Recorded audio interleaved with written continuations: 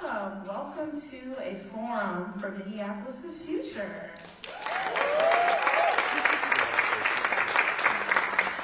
This event is hosted by the African American Leadership Forum as well as the Coalition for Asian American Leaders.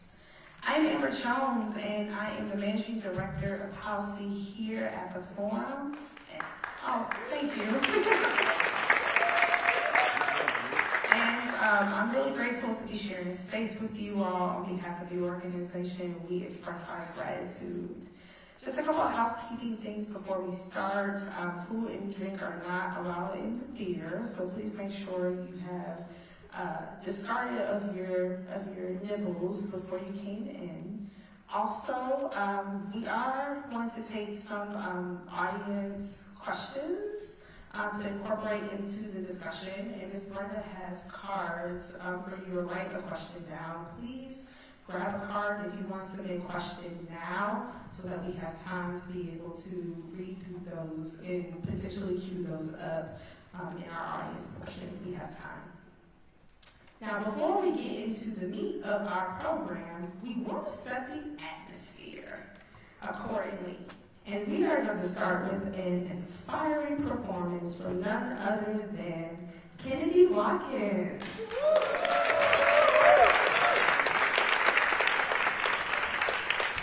Kennedy Watkins, formerly known as Kenny Hurst, discovered her gifts and call to music at an early age. Sharing stages with her family, at church, and beyond, renowned artists have shaped her to have a versatile and powerful voice. Kennedy has a heart to share through her talents to audiences of all sizes, classes, and backgrounds. Please give a warm round of applause for Kennedy Watkins.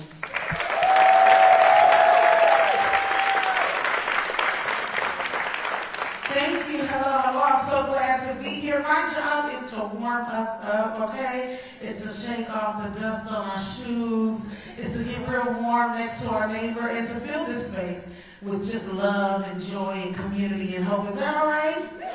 Okay, and we chose a Minnesota classic to do this, so I need y'all to get really warm with me, all right? Let's do it, y'all. Come on, turn it up. Turn it up. Now I need y'all to sing this with me. I need you to look at your neighbor. I'm a church girl, so we look at our neighbor, okay? I need you to look at your neighbor and say, hold on. Change is coming. Come on, look at another neighbor and say, hold on. Change is coming. We're here to celebrate and look to the future of this beautiful city. I believe in it, and I hope you do too, y'all. Hey! Yes, sir. A man said to me, he said, how can you smile when the world is tumbling down? I said, here's my secret.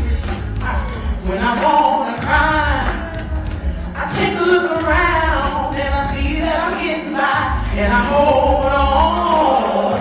Change is coming. Oh, hold on. Yeah, don't worry about a thing. I said, hold on, 'cause you can make it. Hold on, everything's gonna be alright. Some people like to worry, some people like to hide, some people like to run away from the pain inside. Now that's your business, do whatever you wanna do, but if it don't work out, well, here's what you gotta do. You gotta hold on, 'cause change is coming. You gotta hold on, and don't worry about a thing. You gotta hold on, 'cause you can make it. Yeah, say hold on. Yeah, everything will be alright. And when the troubles of life, when they weigh you down, just keep your head up and say yeah, yeah. When the road you see hard to find, don't give up, keep the faith, just be strong and hold on. Change is coming, hold on, and don't worry about a thing.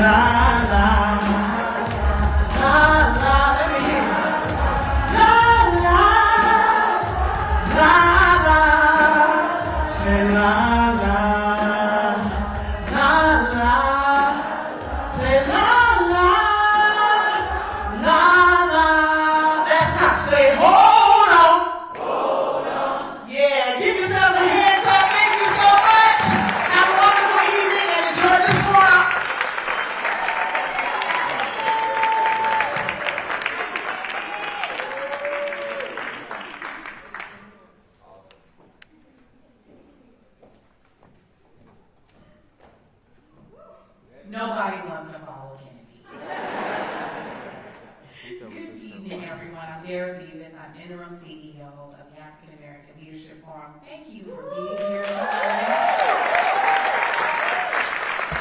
Thank you.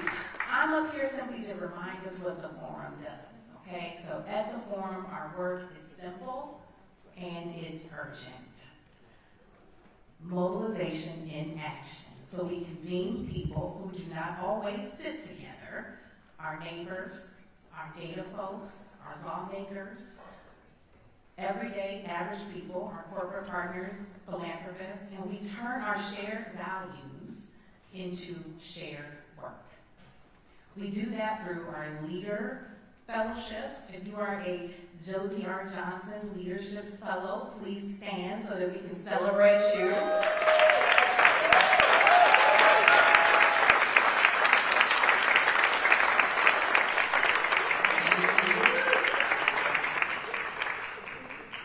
And if you don't know who Josie R. Johnson is, then you better Google when you get home. And if you are one of our policy entrepreneurial fellows, would you please stand so that we can celebrate your Black excellence?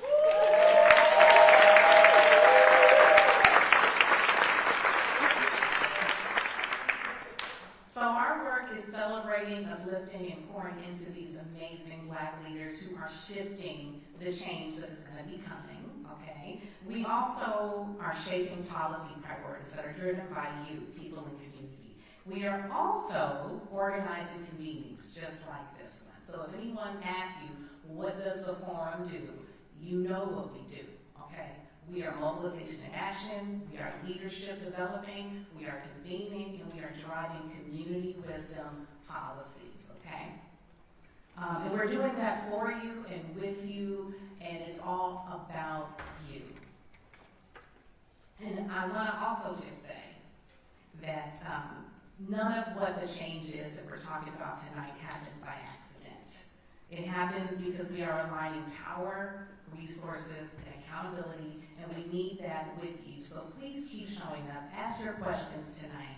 And here's my last invitation when I'm going to get off the stage. I want you to listen tonight for what's actionable. And I want you to meet someone here that you don't know. And I want you to name one commitment that you can make this week. Send the email. Share the data, open the doors. This room that you're in is an engine. If we do our parts, we will not just be admiring the problem, we will be moving it. So thank you and enjoy your evening.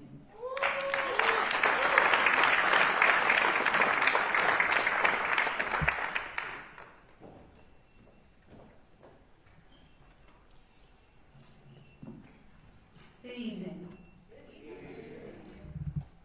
And thank you for being here, for showing up, not just with your minds, but with your spirits.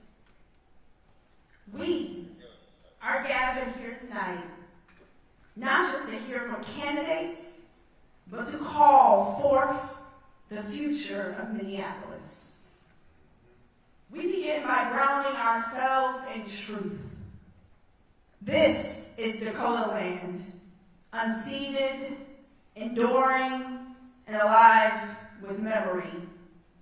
We honor the first peoples of this place, and we recognize that any future worth building must begin with their sovereignty and ongoing leadership.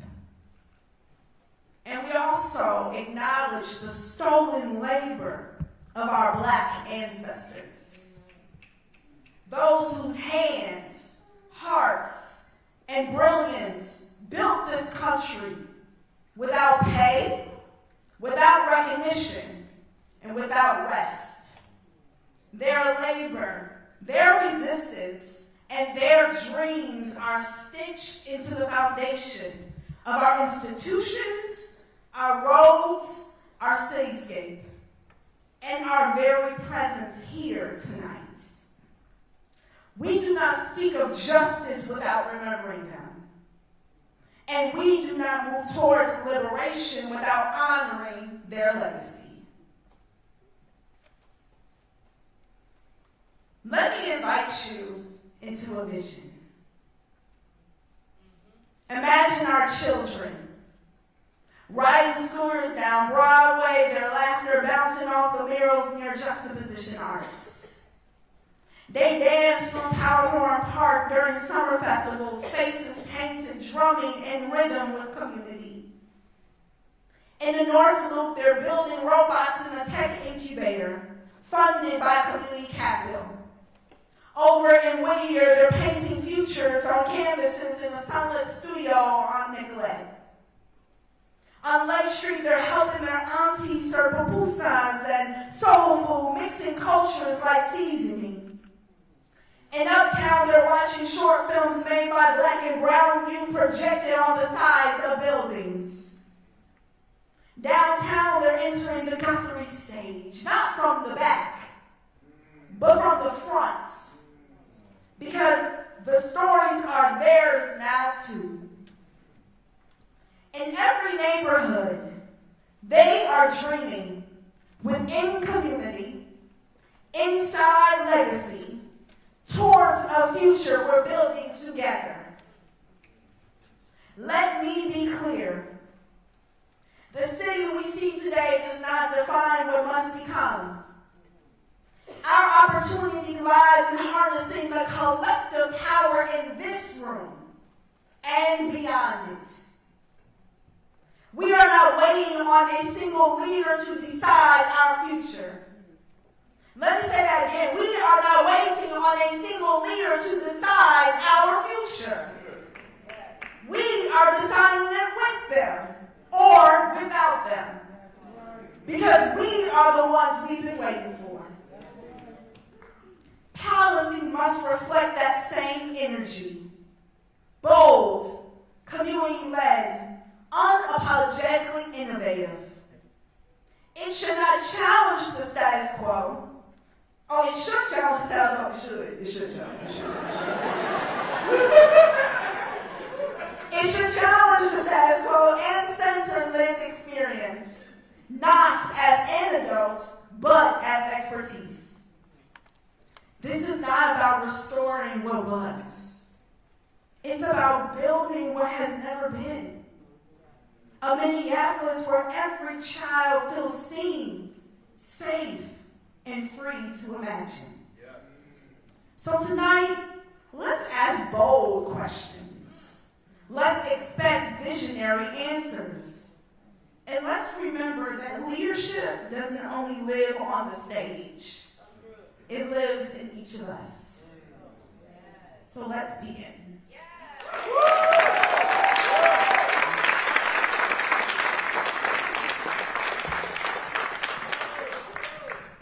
As we transition into our Moderator candidate forum, I just want to level set in the room that we are here for an uplifting but also direct conversation rooted in respect and community and care. So let's conduct ourselves as such as we're in this space. Also, please turn in those questions so that we can potentially get them queued up.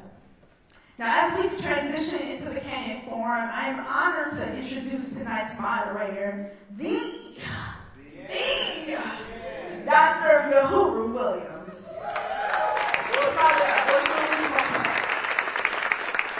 Dr. Williams is a distinguished university chair and professor of history and founding director of the Racial Justice Institute that I think is hosting an event here next week, right? Awesome. At the University of St. Thomas. Dr. Williams is the author, co-author, and editor of 11 books, including Call Him Jack, The Story of Jackie Robinson, Black Freedom Fighter, and More Than a Dream, The Radical March on Washington for Jobs and Freedom. Dr. Williams has appeared on a variety of local and national television and radio programs, including the History Channel, CNN, Fox Business News, NPR, BET, ABC, all the alphabets. And also, he has just been a prolific community leader, been on the front lines. We served together in certain capacities in the city of St. Paul doing necessary policy work, and I consider him a brother and a friend. Please welcome Dr. Uhuru Williams.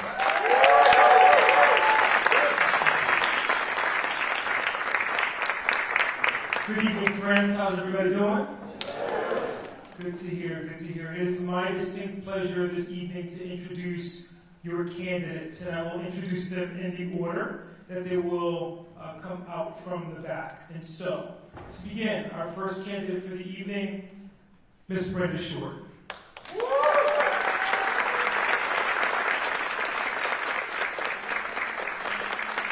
Our second candidate this evening, Mr. Jacob Fry.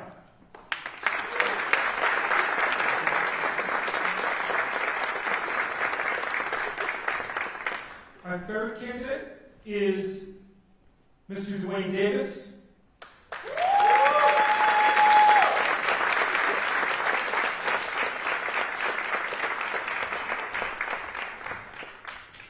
Fourth is Omar Fateh, Mr. Omar Fateh.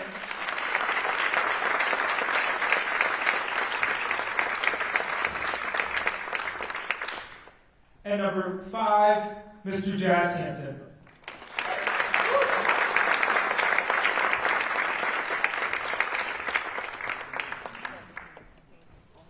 Candidates, you may be seated. Another round of applause for our candidates, please. So I get to ask the first question. The African American Leadership Forum believes that Black futures are not something to wait for.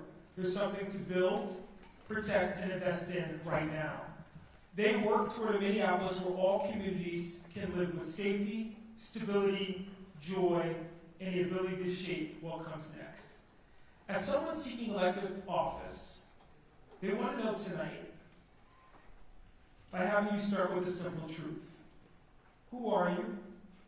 Why are you running for this role? And at the highest level, what is your vision for the future of Minneapolis? And we'll begin with candidate Short. I'm Brenda Short. Is that on? There you go. I'm Brenda Short. I'm a community member. I have a background in criminal justice and financial. I believe my future for Minneapolis, for all of us, regardless of your income, be allowed to stay in our city. Our city is facing a crisis with crimes going up and property taxes going up. It's time for a leader that believes that we need to be safe and start balancing that budget so we can all afford to live in Minneapolis. Thank you.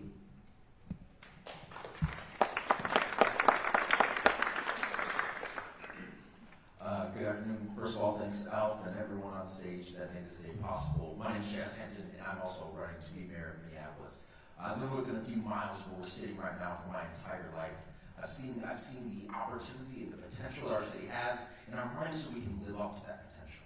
In this moment, it feels like we're in a cycle of gridlock, that our tires are spinning in snow and we don't have any new traction. And I'm running to be that new thing that we can inject in this moment to give us the traction that we need, to collaborate and work across the city leadership in a way that even if we have different opinions, we can actually move the city forward together. Doing that is how we can achieve things around public safety, making sure you feel safe when you're pulled over and when you call 911.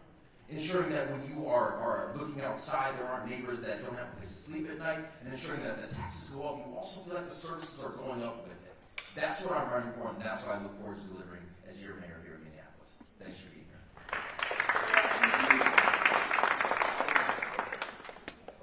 Well, good evening, Northside. It's really good to be here with all of you. My name is Jacob Fry.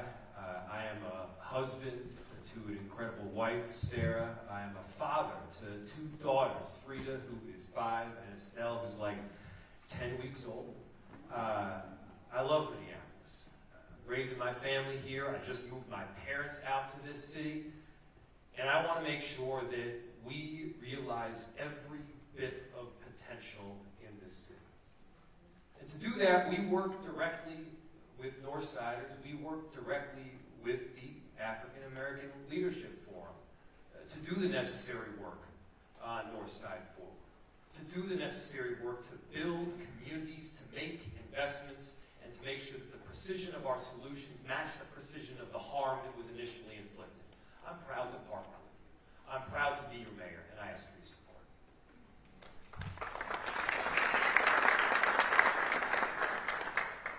My name is Omar Fateh, also a candidate for mayor of Minneapolis. A little bit about myself is I'm a state senator representing District 62, South Minneapolis. I'm a renter, the son of Somali immigrants. Also a first-time father. My son is about 9 weeks now. The mayor and I timed it on purpose. And right now I'm running because it seems like we have a tale of two cities. One for the wealthy, the well-connected, and then the rest of us, the renters, the workers, transit riders, students.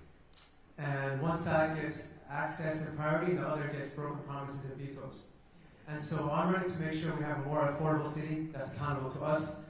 Number two, making sure we have a public safety system where you call 911, you get the right response at the right time. And number three, making sure that we build a front line of defense against a hostile federal government. My father here immigrated in 1963, and in the same year that he immigrated here, he heard the speech from George Wallace, segregation now, segregation forever. And so now we're hearing that same kind of rhetoric repeat back, full circle, and we need to make sure we have a city that protects everyone. Thank you.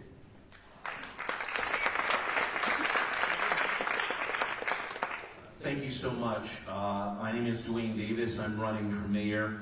I am a minister who lives just a few blocks from the Capri Theater here and walk down this street quite often. A little bit about myself. I am the 15th and youngest child of a minister and a kindergarten teacher who started their life off together during the most violent and segregated time of Jim Crow, Mississippi. But I learned from those parents who worked very hard and sent all 15 of us to college about I learned from them about the power and promise of community, the power and promise of faith, but also the need for the government to partner with people so they can realize their dreams. And I'm running for mayor because I don't want anyone to be left behind. And this is a mission moment for us because we have a federal government that is determined to make sure that it excludes many of us from that promise. And I'm running to make sure that every person in this city has an opportunity to realize all of their dreams. Thank you very much. Thank you, candidates. We'll now invite our first community question.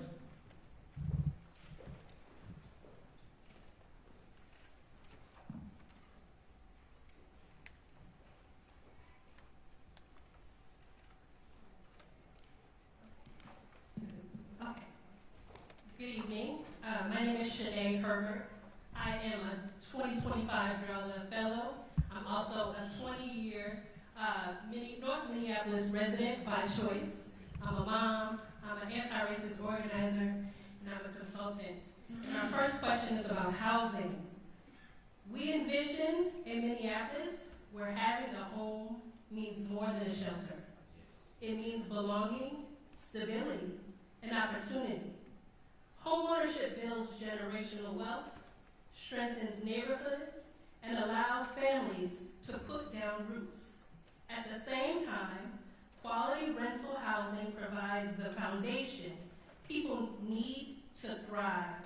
However, Black residents face significant barriers to homeownership.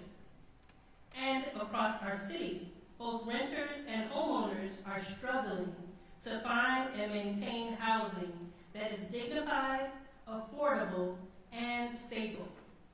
If elected, how will you ensure Minneapolis is a city where all residents, especially Black residents, have access to stable, quality, and affordable housing, whether as renters or homeowners? We'll start with candidate Short.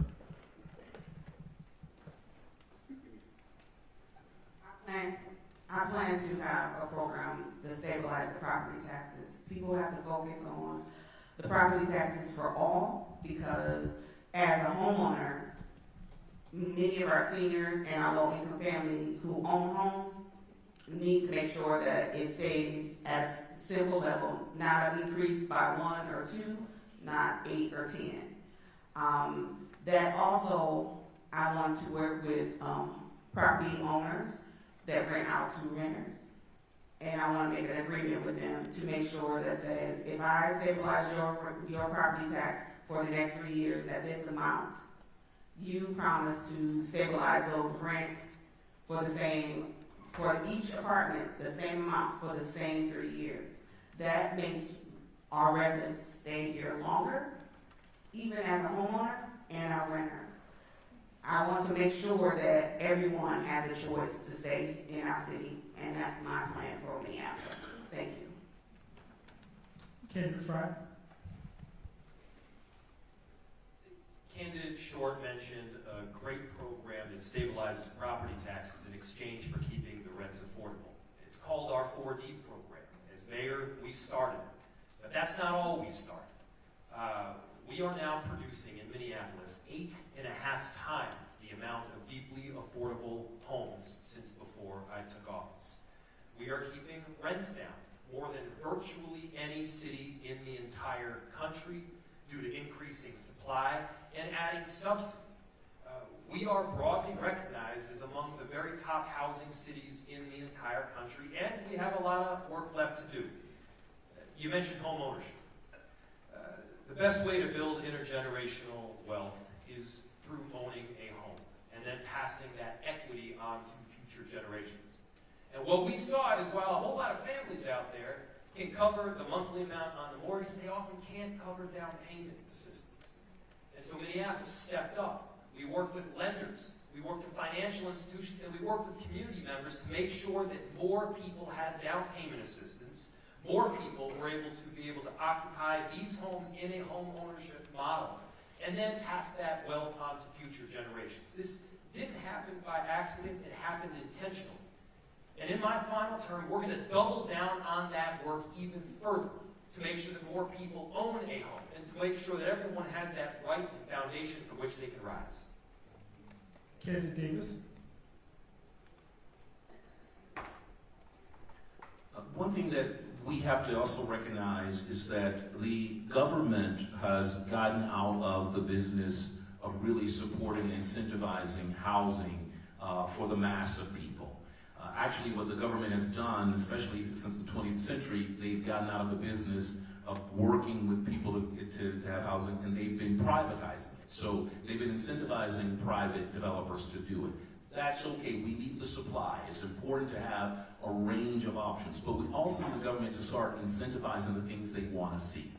And so that means is working very closely with public and nonprofit developers of projects that can really build affordable housing, but also the diversity of housing, not just apartments, but townhomes, not just townhomes, but flats, but also targeting that housing here. Usually when the private developers decide to have a project, they want to go into what is called the places with the largest buying power, or the hip places.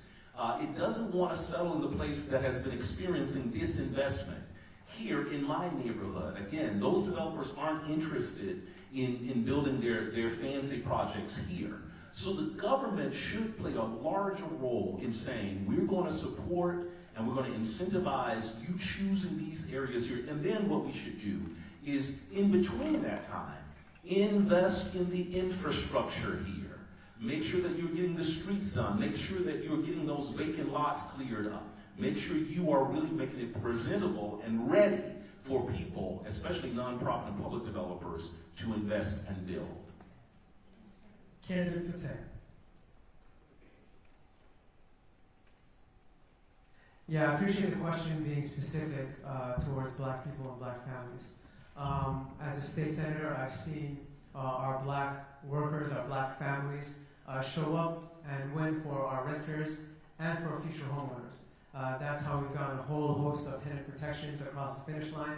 It's how we got things done like the first generation home buyer program, which was a huge victory to give opportunities to families that historically have been left out and not being able to purchase a home, acquiring that wealth and pass over that wealth to their families for generations. That's the kind of vision we need to have for the city of Minneapolis, increasing more affordable housing, making sure that we're protecting our renters by exploring and implementing our rent stabilization policies so families do not get priced out, making sure that we're not having out-of-state entities buy properties, but having the opportunity for community to buy and keep property, especially in their neighborhoods.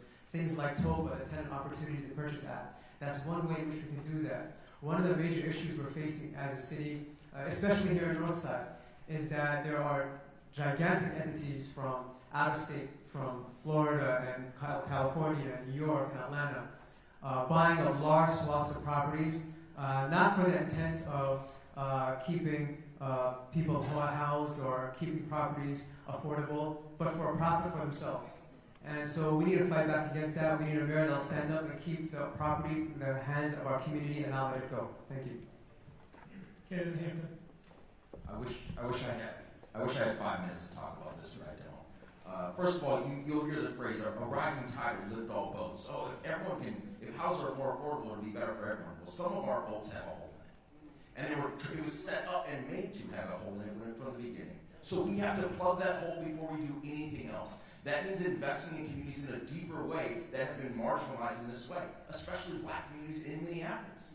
Listen, let me give you a real-life example of it. We have to invest more in our housing trust that allows us to give those dollars to families. Over 4,000 students in 2021 did not have a stable place to stay in Minneapolis when they were going to our public schools. We have to deeply fund that program so we know that it will never run out of money, and in fact expand it even more. Because let me tell you what it actually looks like in purpose. When my dad and mom moved here from Gary, Indiana, and met my mom, they bought a house. And when they bought that house, it was 1,300 square feet.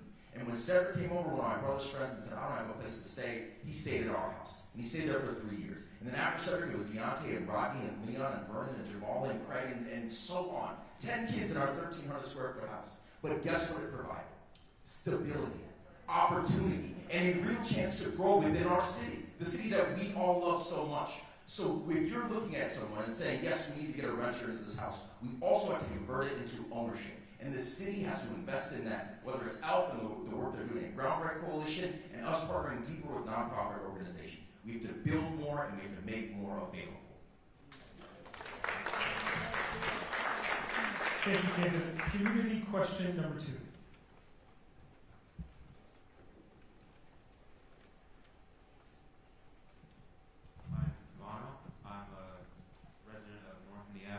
And a college student. This question is about public safety.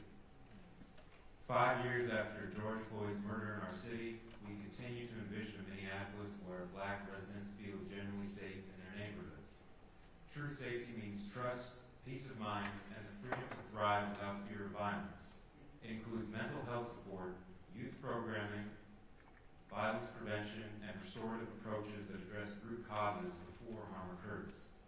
It includes a policing system that is accountable and just. Most importantly, true safety is rooted in the wisdom and empowerment of community members themselves. As mayor, what will be your approach to public safety? How will you support community-centered, youth-empowered, and holistic approaches that will increase safety and accountability while also decreasing violence, crime, and distrust? Additionally, do you support an anti-black hate crime bill to address police violence towards black residents? Yes or no? Thank you, Mr. Bethel. We'll begin with candidate Fateh.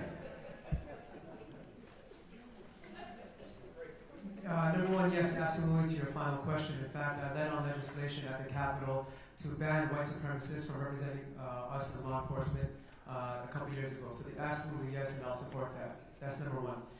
Number two, we envision a public safety system in which when you call 911, you get the right response at the right time. We got 2 consent decrees in which we need to implement. That's number one. Number two, the city's own report showed at the end of last year that nearly half of 911 calls can be diverted away from police. You don't need an armed officer for every single call. And by the way, that's also what law enforcement came to the Capitol and testified to say. They said, we can't respond to every call. We need help. We need things like BCR, mental health workers, right?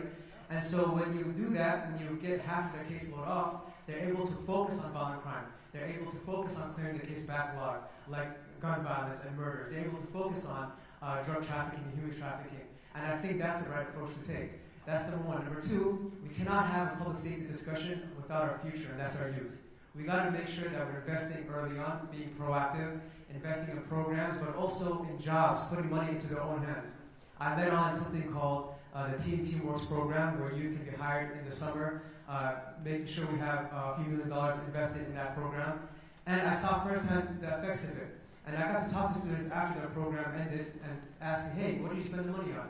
I was expecting to hear a PS5 or an iPad, but what the kids told me was, no, I helped mom pay rent the last couple months. And so these bad kids you're seeing in the media that are being portrayed negatively, they're not failing us, it's us failing them. We need to invest in them. Hampton. There are two parts to it. First of all, yes, I will absolutely support that legislation. Second, when it comes to improving safety within our city, there's two things we need to do. We need to invest in youth services and ensure that the public safety system is actually reflective of what we're hoping it will be. I sat in the 911 call center for 2 hours last week, watching calls come in and hearing what they were saying. And the operator said to me, you know, the behavioral crisis response team makes more work for me, but thank goodness they're here. And we need more of them because it diverts other calls to other people and the police officers that we need to answer very serious crimes can go to them. We need to invest deeper in public safety. And guess what? If you probably walked by someone who maybe was dealing with a drug addiction or was experiencing homelessness in a moment, and you didn't even feel comfortable enough to call 911 to help in that moment. If you didn't feel comfortable enough to call public safety when you saw a need, then our public safety system isn't working. And we have to do better by our residents.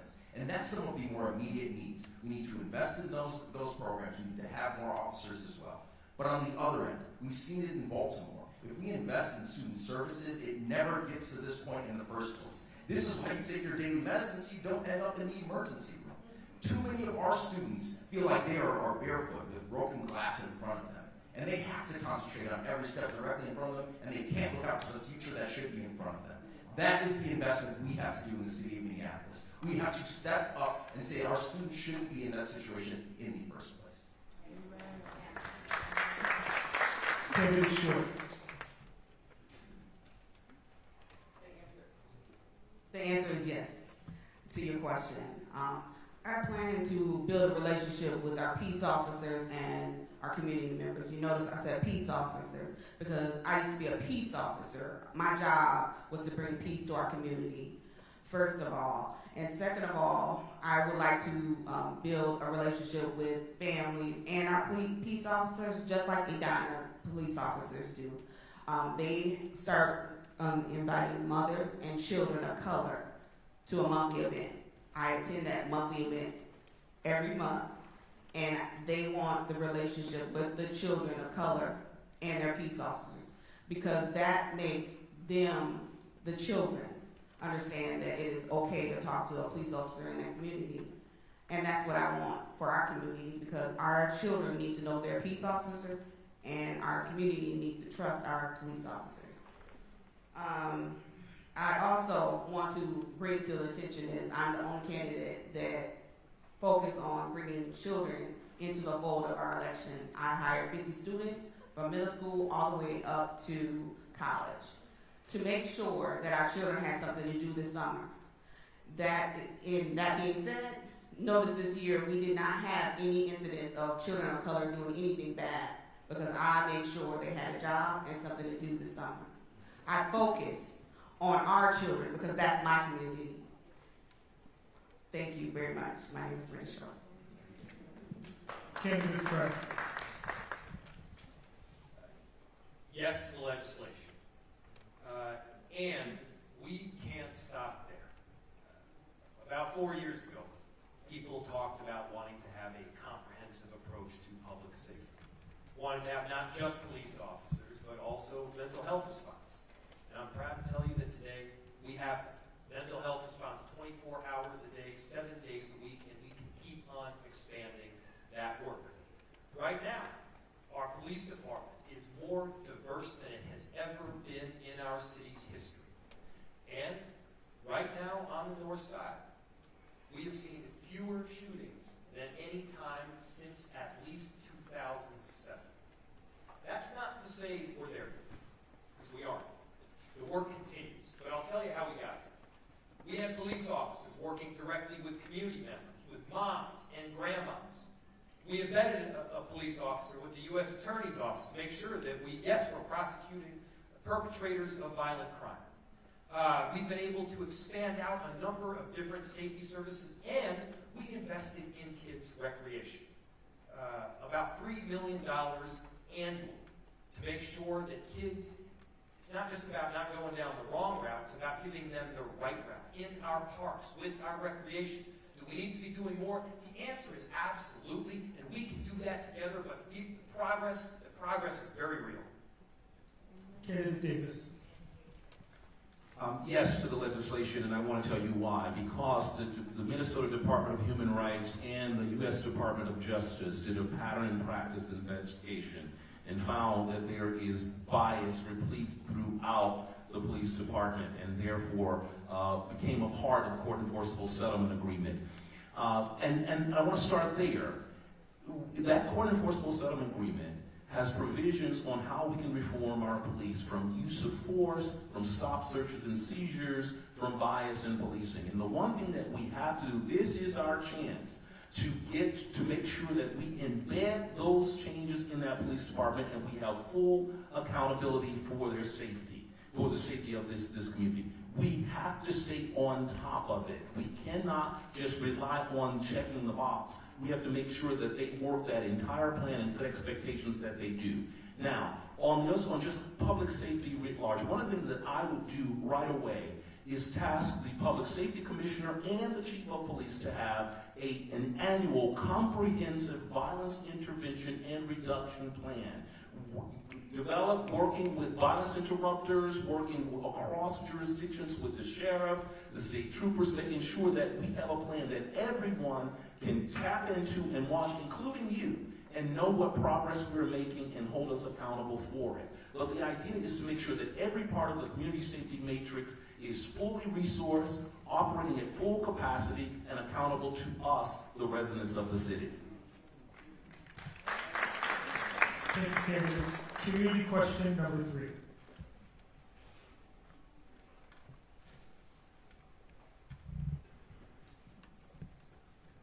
Good evening. My name is Leonard Cersei. I'm a Northsider, father, husband. I grew up in this theater, actually. Just happy to be here tonight. So, this question is about unsheltered residents.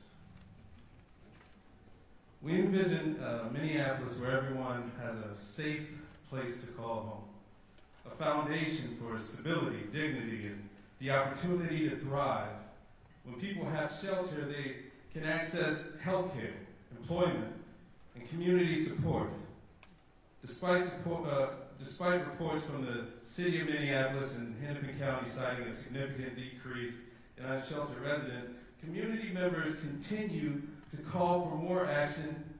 In addition, the city's approach to encampments has been a source of ongoing public conversation, and questions remain about how to balance immediate needs with long-term solutions that address the complex challenges many unsheltered residents face. So, if you're elected, what solutions will you pursue to solve the ongoing challenge of residents remaining unsheltered, including encampments, in ways that center on human dignity?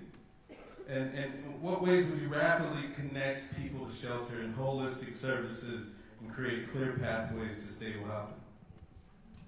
Candidate Davis.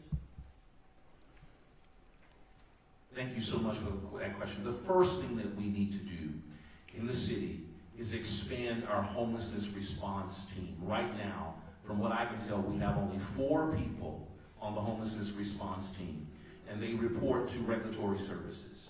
I would immediately work with the city council to expand that homelessness response team to have at least 1 person responsible for every ward, a connective tissue to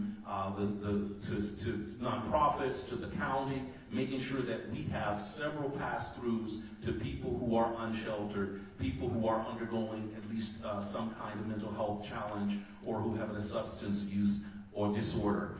I would move that homeless response to the Department of Public Health so that we can get the benefit of interagency collaboration, that you can touch people, that people would have a range of options that we're trying to connect them to, as opposed to just moving them out of the way. And here's the thing. If we had that office scaled up for the scale of our problem, then we can get out there before even an encampment takes hold. I don't want the encampments to even get to that level, because as soon as an encampment gets really large, then that's when the crime is going to happen, and then you have no choice but to send law enforcement. But let's stop the encampments from happening in the first place. I spent yesterday with the Jordan Area Community Council and Twin Cities Recovery Project, who did a focus group of unsheltered people. And the one thing that they did and the one thing they heard is that we must give our unsheltered neighbors the presumption of their full humanity and listen to their stories. And I wish I could tell you all that we learned, because it's very human needs that we are ignoring when we just sweep them away. Candidate Fry. We start from a place, and must start from a place, that housing is a right. That everybody should have that safe place to go home to at the end of the night, to rest their head on a pillow and to rejuvenate for the next day. And right now, in Minneapolis, we are doing more than ever before to provide that right to more people. And while unsheltered and sheltered homelessness is dramatically going down in our city, in other cities it's going up, it is also righteous to say that we need to be doing more. I was the one that advocated for the homeless response team, and I will also be the one that advocates to increase it and further work with our county partners. And here's how we work through the very difficult issue of homeless encampments. We provide service. We provide access to shelter. We provide care and culturally sensitive treatment. We go out there with a mobile medical unit, yes, working with our public health department to make sure that people get the kind of health care right on site delivered to them that they need. And then we do that again and again. And yes, we also close homeless encampments because they are not safe. They're not safe for the people living there, nor are they safe for the surrounding neighborhoods.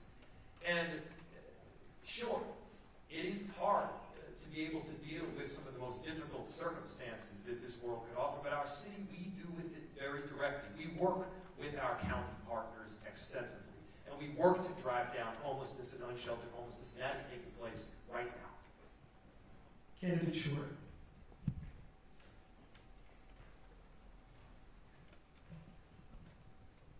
First, we need to focus on stopping the unhoused neighbors being shipped to our city. I'm the only candidate that lives off of Lake Street, and for months, we have been seeing buses, vans dropping off unhoused neighbors, promising them from other states, promising them housing, and that's why it's getting more violent, because they're coming from Chicago, New Orleans. I would first want to focus on that problem, and second, I would focus on our foster children, because many of you don't know, I used to be unhoused in the streets of Minneapolis. So one of my colleagues who was unhoused with me was a foster child who turned 17. Because she was 17 and graduated out of high school early, she was given $500. And without a social security number, without her birth certificate, she had nothing but the $500. And this led to her being unhoused. And then, you know what happens after that? She started selling her soul for money. And that needs to stop, because we need to start having a plan. And because I was unhoused in Minneapolis, I want to make sure that I'm involved in that, because I deserve to know each and every one who was unhoused, so we can make sure they have a place called home, a place that can be safe, and make sure that if they're on drugs, we need to help them. We just need to help. Thank you. Candidate Hampton. This ultimately comes down to understanding the human dignity of each one of these folks that are experiencing this in their lives. We have to do something very simple and direct. We have to do a housing first solution, and we have to do it in a by name approach, and we have to invest deeper in it. I'll walk through those three. A housing first approach means if you have addiction services needs, or if you have mental health services needs, that is not the first thing. We have to get you inside. It's like a game of musical chairs, and there's 9 chairs and 10 people going around, and the one person who doesn't get a seat, they have a boot on their foot. And you're like, oh, of course, you have a boot. You didn't get a seat. We need to get another chair. And then we need to put them in that chair and then address that need. And that's what we're not doing right now at the level that we should. And then once they're there, these services have to be directly in proximity. If you are in North Minneapolis in a housing solution, you do not need to be going to Minnehaha to get Narcan, and you should not be going to Southwest Minneapolis for your mental health services. They have to be directly in proximity, and we have to do it now. And in order to get them there, we have to go on a by-name basis. That means you go into an encampment with 38 people and you say, hey, John, how's it going? My name's Chaz. I've been at Catholic Charities for the last 5 years on their board, understanding some of the services that we deliver. I understand that you maybe have expressed previously that you struggle to work with the county partners because you had a bad experience. Here are the different solutions that we can deliver. And then you do it again the next day, and again the next day. And there's more people that live in my house than are on the homelessness response team. It's not enough people to do the work. We have to go and deliver those services with a more robust team, and that's what I'm dedicated to do as mayor. Candidate for 10. Nobody wants encampments to occur. None of us want it. Our unhoused neighbors don't want it. Our neighbors don't want it. But until we take a more strategic approach, they're going to continue to occur like we've seen them happen. We need to take a more humane and compassionate approach, which includes housing first, housing folks whenever possible. We need to work better cross-jurisdictionally with our county, with our state, to bring in the resources and funding to make sure that folks get the help and services that they need. And I have experience doing that. I've worked to bring in millions of dollars to Simpson Housing, to Agate, to Vivo, working in human services as the vice chair, ensuring that folks don't have only access to treatment, but culturally competent treatment, folks from different communities, because that's what people have been asking for. We need to make sure that when we're engaging with our county, that we're ensuring that these kind of treatment solutions are available. When I've gone to the ground, when I went to visit the encampments and talked to people, a lot of times they've said that the city has not made a good faith effort in reaching out to people. They've said that when they come with the resources, for example, the number's not working, or there's not enough shelter beds, the county has told us there's not enough shelter beds. We need to make sure that that kind of support is still there. We need to make sure that we're investing in things like tiny homes, which people have been asking for, so that people not only have housing, but we know where to go to them for additional treatment, because for not everyone we can just give keys and say, you're on your own. There's going to be a need for ongoing wraparound services, and so we need to take that kind of approach. Candidate Frey, you wish to exercise a rebuttal? So we do have a housing first approach. We do have Narcan available on the north side. There's a free vending machine just a number of blocks from here. And we have expanded our homeless response team, and we are working to partnership with the county that is the social services provider. And here's the thing. At a certain point, you gotta either prevent the homeless encampment from forming, which was in our budget, and it's cut, or you gotta close it once it's formed. These are the real issues that we don't deal with in a hypothetical as mayor. They're hard. They get dangerous. And we need to step up to protect not just the people in the encampment, but also the surrounding neighborhood. And that is a difference there between us. Candidate Short, you wish to exercise your first rebuttal? Mr. Frey. I was supposed to clarify that. But, I'm with Mr. Frey. You can't just start building tiny houses. Where are you going to get that budget? We are already facing a crisis with Trump taking away majority of our money. And if we start with tiny houses, why are we not focused on the abandoned houses? Those houses are already there. We just need to rebuild them and restructure them. We can't waste money building new structure when we already have old structure and we can place them into. Thank you. Community question number 4.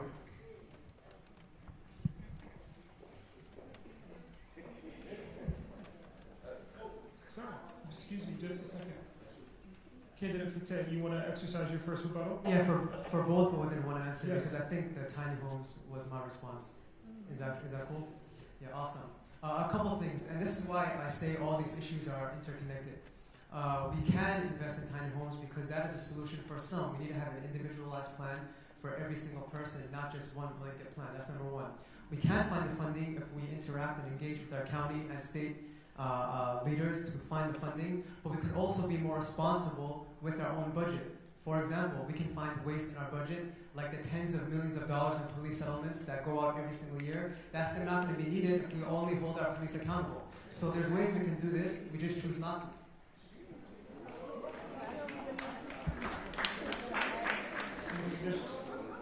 Thank you, candidates. Community question number 4. Thank you.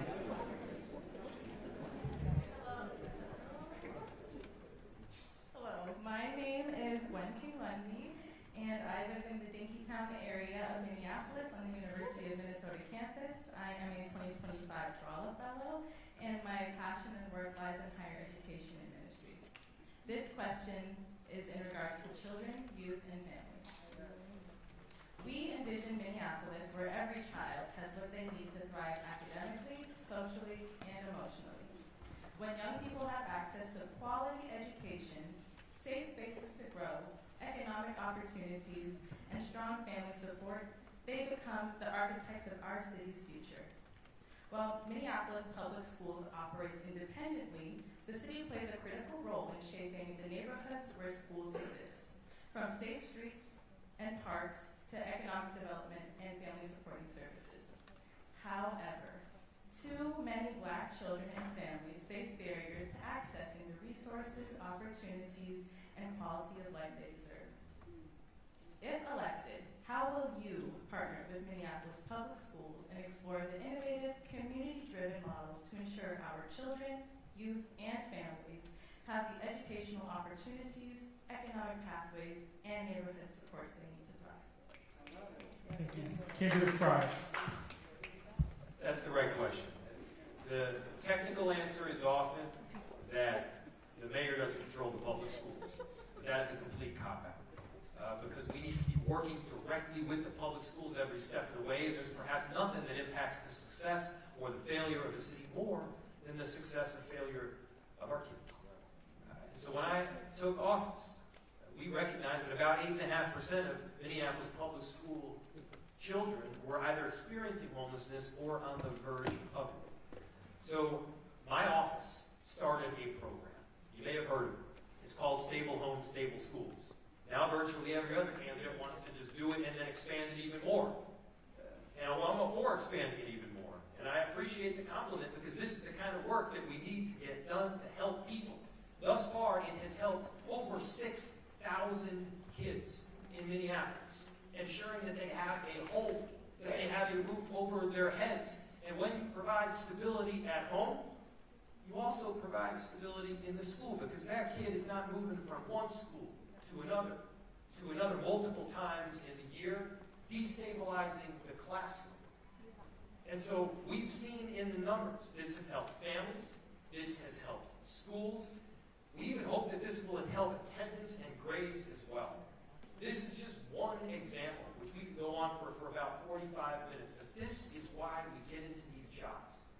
It's to make people's lives better and to make sure that they have that foundation from which they can succeed. Candidate Hampton.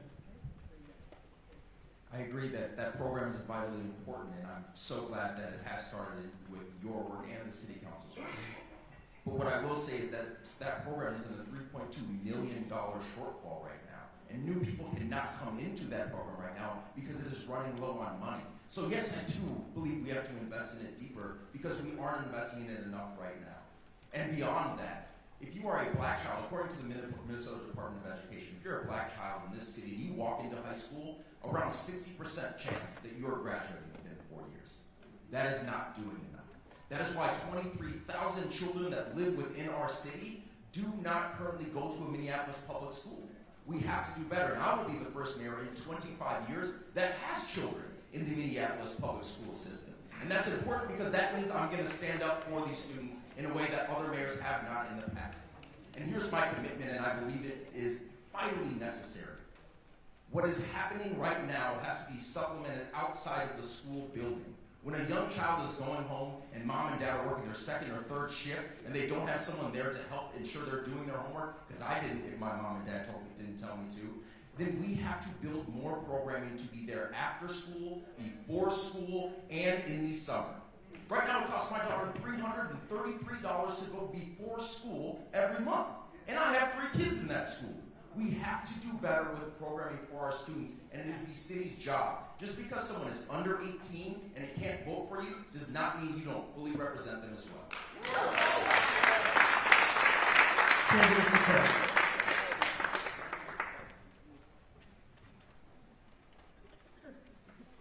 I appreciate the question and the connectedness again because we know that gentrification can come not just from housing but from barriers financially, economics, small business, and all the above. I was born in Washington, D.C. And when I was born in Washington, D.C., it was still Chocolate City, and it's not anymore. And I don't want that to happen to North Minneapolis. And so we want to make sure that we're investing in our communities. One of the most proudest moments of my life was last biennium when we worked to pass the North Star Promise, which was tuition-free college for working families. And that was led by our black and brown students. They made it happen. And was it everything that I wanted? It wasn't universal, no. But it was a damn good first step because 46,000 students, a lot of whom are students of color, are now benefiting that, having opportunities to access college that they never had before. How many families do we know in North Minneapolis make less than $80,000? A hell of a lot, right? A whole lot. And so we need to provide those kind of opportunities. We need to support all of our workers, increase the minimum wage. We need to make sure that our families have access to childcare throughout the city, every single family, so that they have an opportunity to go to work and not worry about their children, right? I think all of this is possible as a city. We need to make sure that families are able to stay in their homes. We need to make sure that we have a mayor that's a cheerleader for our public schools, showing up to the Capitol, banging the table and saying, I'm not going to accept you guys not fully funding our public school system, especially since we have a Minneapolis delegation that's one of the strongest in the entire state, right? And so we need to work together across jurisdictionally to get this done, but we need to prioritize our residents first. Candidate Davis. I'll start there. The Minneapolis Public Schools will be a part of my agenda at the state legislature and the county too. I will join very directly with the superintendent of the school system and the teachers to carry their agenda with me up to every level of government to make sure that we're paying attention to it. But I also want to say this too. I talked to several principals, and one thing I kept asking, what is it that you need? And aside from the more funding, it is the direct need for third spaces, especially, I was talking to the principal of Roosevelt High, and he said the greatest thing that happened to his class, his students, his school, is that right across the street is a public library. And the public library decided that we're going to have all of these kids, we're going to make sure that we play a role in making sure those kids have a safe place to go, that they have homework, that they have third space just to hang out. And it has made all the difference for those students. And so we need to scale that up. We need to work with libraries, with neighborhood associations, with the park board to find out if we can make sure that we create third spaces for kids so that for working parents or parents who just can't can be there when they get home, that they can have somewhere their kids to go. Finally, when I co-chaired the community safety work group, one of our major recommendations was that the city of Minneapolis convene everyone with youth programming, youth park board, youth coordinating board, the county, everybody, get together and see what services, the gap in services or new services, so that we can touch every child with low cost, no cost barrier to services from toddler to high school, including summer youth jobs. If we do that, we can help our kids in school. Candidate Short. I already partner with the schools. I partner with North Highs, Roosevelt, Friendship Academy. My job today is to make sure our children are okay. I want to make sure that I told each and every one of the 50 students that started with me that once I become a mayor, you will be working at the city. I also told my children that they will start working on a safety ambassador team that will be working closely with our peace officers. Because if we get them to learn to bring their safety to their community and work with the people, they may become a peace officers in their dreams. So I want to make sure that our youth are all taken care of, but I want to make sure we focus on our males, because those are the numbers that we look at, where the system looks at of going to prison first. So I have partnered with Man Club. That is a wonderful program over north that has young men come after school, hang out. They have tutors. They can't even do anything first until they do their homework first. So I support that program, and I support any program that looks at our children, especially our males, to be focused on and get their education and go as far as they can. Thank you. Thank you, candidates. Community question number 5.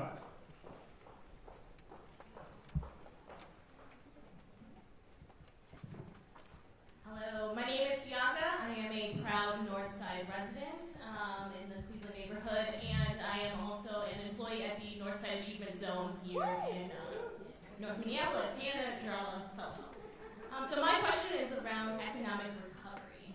So we envision a Minneapolis where economic growth benefits everyone, where Black residents can build wealth, own businesses, and thrive and revitalize neighborhoods without being pushed out.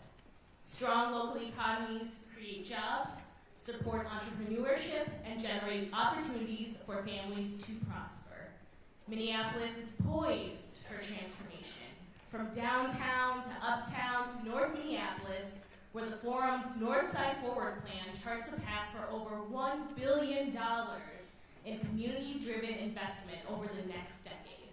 However, as our city recovers and grows, we must ensure that all residents, particularly those in historically disinvested neighborhoods, benefit from development rather than being displaced by it. If elected, how will you spur economic development? If elected, how will you spur economic growth and recovery across Minneapolis while preventing gentrification and displacement and ensuring that Black residents and businesses can access and benefit from new opportunities? Candidate Hampton. This work starts by ensuring that the opportunity for success is more likely than not. My background, I am a lawyer, and then I started a small business 5 years ago just off of Broadway here that I still run to this day. And what I've seen firsthand, and what I teach my students as a professor of entrepreneurial finance, is you have to start with a small risk and then grow it more and more over time. If you're selling hoodies, you don't order 400 because it's cheaper. You order 25 and make sure you do the job right the first time. In the city of Minneapolis, we have so many open parcels and lots that are so big that no one would take that risk. We have to take advantage of that by parceling them out and giving people opportunities to open the bookstore, to open the coffee shop, or to start their community space that they can serve their community within. And here's the thing, we have to do it with the people that are local to that area being incentivized first. So many times we talk about revitalizing neighborhoods and updating them, but not giving priority to the people who are being displaced in that place in the first place. So over north, if you are here and you are trying to build a business here, we should be incentivizing those residents, whether you are a renter or an owner, to be the business builders in that community. Because if you build a business there, you're going to stay there. And then when more opportunity comes and the taxes are going up, we have to ensure that those families have these safeguards that we can put in place from a county and state level to prevent them from being priced out of their own homes. That's the commitment we have to have, because too often we see the value of property going up, and then that's when our residents have to go out. And we have to actively fight against that happening in Minneapolis. Candidate Short.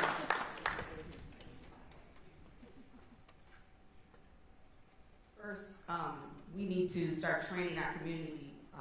I ran 2 businesses in Minneapolis, and the sad part about it is I took a lot of classes. They were all offered for free.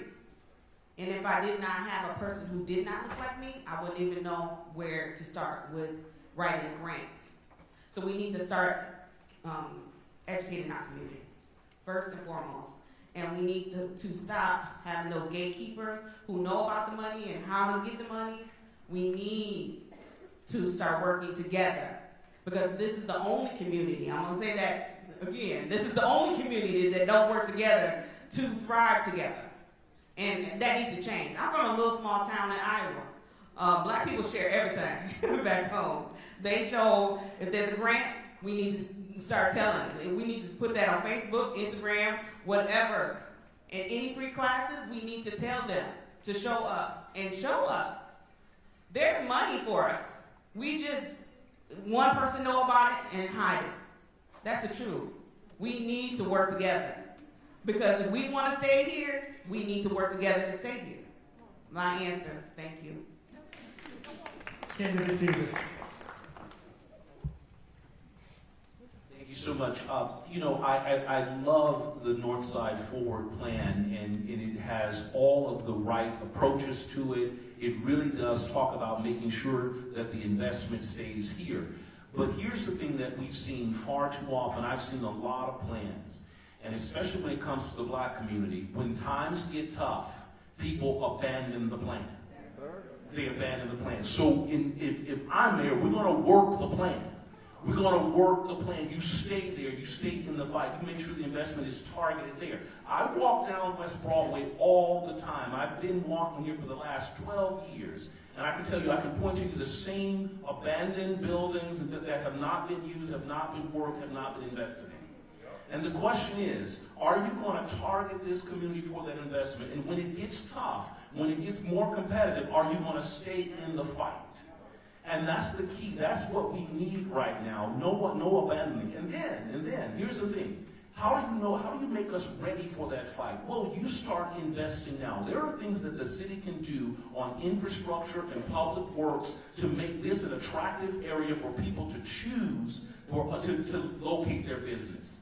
We need to go after those abandoned buildings. If we have these LLCs, I was just talking to the people at Neon, next to a building where they had a water pipe burst, they couldn't even find who owned the building to help them close off the water. So we need to find out who owns these buildings, make sure that we are making people invest in this neighborhood and not sitting on that property and not getting us the benefit of being here.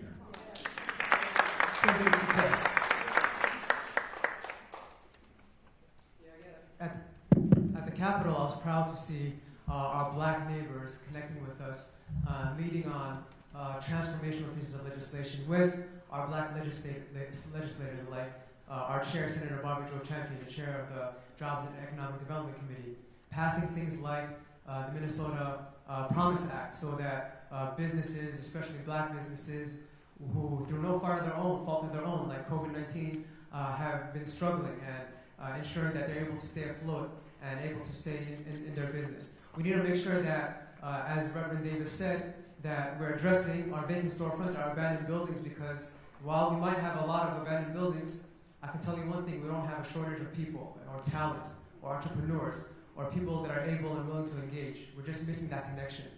We're missing that city-to-people connection. And as mayor, I'll work hard to make that connection between the people. And number two, also our business owners that are struggling right now. We need to make sure that we're engaging them in the decision-making process, not explaining away after policies are passed. What do I mean by that? Yes, there's going to be some tough times, such as construction decisions that the city makes, but we need to update them. We need to talk to them. I just had a conversation in my office with a black owner that had a business on Hennepin that had to close his doors because he lost foot traffic. That was not only his business, that was his livelihood. He doesn't know how he's going to support himself or his family right now. And so we need to make sure we're engaging with them and providing them with the services and support. And even when there's support out there, it seems like our business owners don't know about the resources that are there. And so we need to go on an education campaign to let folks know about the city resources as well. Candidate Fry. How many times have we seen a talented business owner run with a great idea, become an entrepreneur, open a business because of their great work? There's more foot traffic to that particular corridor. Then the value goes up, the rents get jacked through the roof, and that business owner, oftentimes black business owner, gets displaced from the neighborhood that they made wonderful to begin with. How many times have we seen that? So what we try to do is set up a program to flip that dynamic on its head. We created a program with the council members from the North Side. My office pushed it through. It's called the Ownership and Opportunity Fund. Other candidates have talked about it. We're doing it. That fund provides assistance, gap financing, to allow that business owner not just to own their own business, but to own the underlying real estate. So that when they do great work and the neighborhood gets better because of it, they don't get the boot, rather they gain equity. Not just in the form of like social justice, that's right.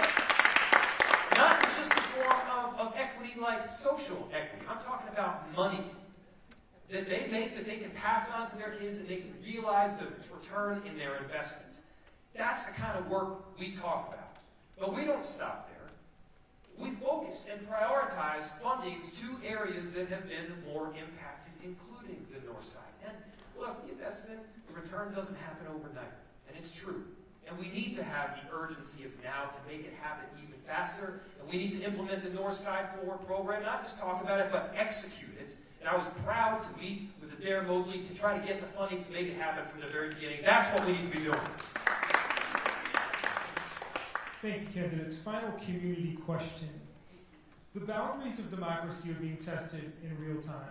In cities like Washington, D.C., Los Angeles, and Chicago, federal enforcement agencies are raiding homes, businesses, and community spaces with a disproportionate impact on immigrants and communities of color.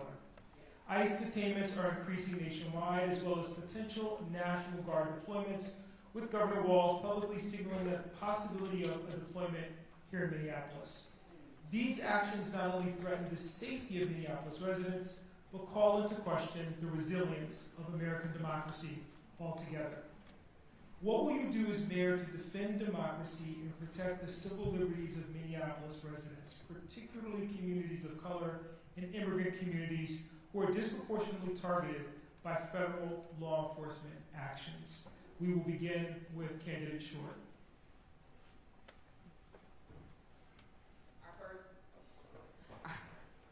I first want to recognize that the first time we had troops in our city is because of Mr. Walsh. He's not here, but I will stand with the community. I'm a community member first, and if that means I have to go to jail or be handcuffed, I'm going, because this is my neighborhood. I fight for each and every one of my neighbors, regardless of their background, regardless of who they love. I am a fighter, and if you all haven't seen this whole campaign, y'all know I'm a fighter. Thank you. Candidate Fatek. Yes, it's true, we do have a hostile federal government with Trump back in office, but it's more than that. He has a trifecta, he has also the House and the Senate, and on top of that, he has a Supreme Court that's going to do whatever he wants. And so we need to make sure we're building that front line of defense against that. What we have learned is two things. As the Senate Chair of the Higher Education Committee, I've seen firsthand students getting picked up on campus, undocumented students, sometimes in the dead of night. The families not knowing where they're being detained, their lawyers not knowing where they're being detained, and college presidents afraid to speak out or provide resources out of fear of losing funding. And so we're at a point right now in which federal government will pin us in a corner saying, either sacrifice your values or lose your funding. And as mayor, I'll never ever set us down that dangerous precedent of sacrificing our values. We're making sure we're protecting everyone. Because we've got to lock arms with the city, with the county, with the state more than ever. What we learned on June 3rd on the Lake and Bloomington raid by the city auditor is that we need to strengthen our separation ordinance. And that means making sure that whenever any federal agents are here, including ICE, that the city council members are alerted immediately because they can disseminate that information in real time to the community. Finally, we cannot do it alone. We got to partner with the boots on the ground organizations that are doing real work, like legal counseling, know your rights training, and partnering with the city so that, for example, co-enforcement, expanding co-enforcement contracts for our immigrants so that things like wage theft do not continue to persist. Those are all the things we can do and expand right now as a city. Candidate Hampton. With the federal government coming into our city, sometimes being military troops and sometimes federal agencies, we have to ensure that we are set up for success. Here are the 3 steps we need to take. 1, we need to do active litigation work. I spent 7+ years as a courtroom lawyer. We need to prepare in advance with both our county attorney, or our city attorney, county attorney, all the way up to the attorney general's office to actively file lawsuits, because it's easier to prevent it than to unwind it when they're already here. That is the first step that we absolutely have to do. The second is prepare our residents for if and when folks do come into our city, that we know how the residents should react, and then how the police can and will react as well. If officers don't know where they should be standing, if federal army is coming in, we need to ensure that they know that their job as the Minneapolis Police Department is to protect the residents above all things in that moment. And that's what we need to tell them. And using their time otherwise would not be a good allocation. And here's the most important part, how we have to end this fight. If they come in here, we have to know that we are going to ensure the only thing they are doing is improving our park system by picking up the trash that we see in the city, just like they did at the end of their time in D.C. That's all we need right now. That is the focus we need to have, and that is how we have to prioritize anyone that's coming here to help our city. Candidate Frye.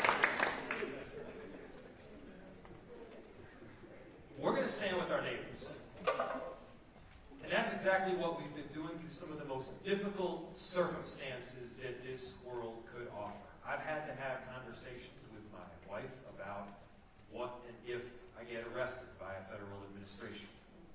There are points in time when I've had to wear a bulletproof vest for multiple days because we're getting threats openly from the far right. And at the same time, we have to plan. We are preemptively suing right now. And by the way, the city of Minneapolis is winning. We are working with attorneys generals and governors and mayors from around the country. And by the way, we are winning. We will stand with undocumented immigrants because in Minneapolis, we just call them our neighbors. We love them and we will do everything possible to help. And as far as our police officers, they will not cooperate with any federal agency around immigration enforcement work. You know what I want our officers doing? Protecting people from violent crime.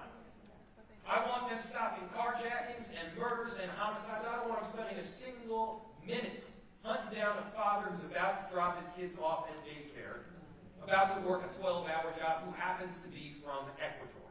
That is the work that we need to be doing in this city. We will stand by them every step of the way, strengthening the separation ordinance, going even further, whatever it takes. We will not back down. Candidate Davis. This is a time, too, where it's going to be all hands on deck, whole of government effort. That is going to mean working across jurisdictions. That is going to mean conversations with you, the residents. This is going to mean all of us are going to have to figure out how to stand up for our democracy. And that means some of us are going to have to put our skin in that game in a way that we didn't anticipate. But that means also that the city is going to back you up. Right now, that's what I would be doing as mayor, making sure that I'm having conversations, not just with immigrant communities, but all of our communities to say, these are your rights. This is what we're expecting from you. This is what we're going to do. And we have partnerships at the county, at the state. We're going to be standing firm on this. But also we have to be very clear too, meaning working not just with you, but also really engage so that people will know and trust that we're doing it. Right now we know that there are ICE agents in other areas that are pretending to be the local police, pretending and knocking on doors. And so we have to also be able to say to our residents, don't open the door, because our police is not coming there to detain you for being an immigrant. We know your rights, and we're going to train your rights, and we're going to engage with all of the relevant legal organizations and legal aid organizations to make sure that you know that the government is on your side. That's the key. Right now, sometimes I know when you see what's going on, you can't figure out what's going to happen. But you'll know from day one that your city stands with you and will not sell you down the river with the government. Thank you, candidates. We're now going to move to the community questions portion of the program. I will ask the question and then ask you to weigh in. First question, as the mayor, how will you address the challenge small businesses face, i.e. finances and resources for opportunities? And we'll begin with candidate Short. I plan to do a lottery, but I want to work with our city councils. I want our small businesses to write into us stating why they deserve the money, and then go to each and every one of those businesses. Because we need to know exactly what you need, because city only has city money. But if you need a state money, then we put you with a counselor so they can help you build the plan that will give you the state money and the city money. I want to start that because most small business don't even know when to reach out to the city or the state to get extra money and support. But I also want to start educating our small businesses once you open the door to let you know that there is money every year, so y'all know what to do with it and how to apply for it and when to apply for it. Thank you. Candidate Fry. Small businesses are a backbone in our city. These are people that have invested their lives, their money, and their time to make sure that that business and that living that they make succeeds. And so we got to be standing up for them. That means first having a one-stop shop where they can come in, they can get the necessary licenses that they need, the permitting all in one place as quickly as possible. Second, it means streamlining the process, which we are working on right now. Third, it's providing business and technical assistance. We have a whole BTAP program that is stood up to help these very business owners take the next step and to run with that great idea. Fourth, we set up an ownership and opportunity fund, which I already mentioned. And then the final thing is, look, we got to listen to them. We got to hear them out. There are difficult things that businesses deal with, ranging from safety concerns to construction to additional regulation to problem properties. And the reason that we're getting so much support from small local businesses is for years now, I have been listening to them. We hear them out. And when they encounter a difficult situation, we help them through it. And when they benefit, it's not just that small business that succeeds. It's the whole corridor that succeeds. So we're working with each and every business in this community right here, and we are seeing the kind of progress that we need to have. We got to double down even further. We've got to invest in these small businesses and these ideas from the very beginning. And by the way, you know who's opening more businesses than anybody else right now? Black women. We got to make sure that they have the resources that they need to succeed. Candidate Davis. I'm so glad to hear about that one-stop shop, because I talked to a few entrepreneurs recently who said the biggest challenge they had to opening their business is that it was inconsistent in getting help from the city. Sometimes they would call the city and couldn't get anybody to talk to. And one business owner told me that the information that she got on licensing came from a contractor that she hired. She did not get the information from the city, but from a contractor who knew how to do it. So we really do have to figure out, especially for entrepreneurs, to provide them with the information that when they call the city, they can reach somebody and then get their questions answered. I've also spent some time talking to small businesses who just weathering these last few years. And there are a couple of things that they keep bringing up. One, it is their costs around utility. Restaurants are telling us it is food costs. And these are things that we really have to engage with restaurants. We have the homegrown Minneapolis Food Council as a food plan that we need to, again, I'm going to say it again, work the plan. We got a bunch of plans, work them, really engage with these people so that you can be of support to these small businesses. Safety is another issue. This is why we are going to have to really work very closely with violence interrupters so that in certain neighborhoods, if your business, if it is safety that's the number one issue, we need that community-led violence intervention helping those businesses along with the rest of the public safety matrix. So we've got to really engage with businesses where they live, where the money is, and where they're struggling so they can be successful in our city. Candidate Fateh. We know that our local businesses drive our local economies. It drives our local neighborhoods, downtown, uptown, north side, south side, all around. And we need to make sure we're more investing in our local businesses and incentivizing the opening of more local businesses. What I would like to see is, number one, those incentives take place. Number two, better connection between the city and our local businesses on vacant storefronts so that we can plug in our neighbors into those areas. We don't have a shortage of storefronts and we don't have a shortage of people either. That's number two. Number three, we got to remove every single barrier possible for folks to start a small business. Things are complicated. We got to provide the technical assistance and the training and multilingual support so folks can get that support to do so. Number four, we got to make sure we're not burdening and bankrupting our local businesses, doing things like fining them if there's graffiti on their wall for no fault of their own. We shouldn't be doing that. That's things that are out of their control, out of their place, bankrupting them. I think that's something that's not necessary. We need to make sure that we're partnering, again, with the state because we can bring in dollars through the Jobs and Economic Development Committee for minority business support, especially for our black businesses in North Side and South Side. And we need to engage in them in the decision-making process rather than after the fact. There's too many times I've spoken to our small businesses in which they've told me after articulating what resources are there for them that nobody told them, that they have no idea. And so we need to go on a better education campaign as a city, as leaders, to make sure that they know what's out there for them. Candidate Hampton. When we're talking about small businesses, we have to understand something. The investment dollars have to go directly to the folks that are doing the work. If we're going to invest in that work, then that is more likely that we're going to see success within those communities. So yes, we have funds. We need to do it better and to help them understand and connect to those opportunities. I can't tell me how many entrepreneurs, some of which I see in the audience right now, I have met with, and I said, have you gone to the state of Minnesota? They have this grant, this application, and this opportunity fund. People aren't even aware of the things that are available to them, let alone if there's enough money left in that program in the first place. Secondly, we have to ensure that the permitting and inspection time is dramatically cut down within this city. I talked to a restaurant owner who said the permitting and inspection process almost lost them their business before they even got off the ground because they were going further and further into the hole. Another one who said the construction that was outside of their building that was supposed to be 6 weeks took 6 months, and they had to take out a second loan just to survive in that moment. I want to be really clear, and something has been said really directly up here. It's a lot of these programs are already ideas, or they've been started, or they've been implemented, or we're growing them right now. Think of this like the Minnesota Vikings.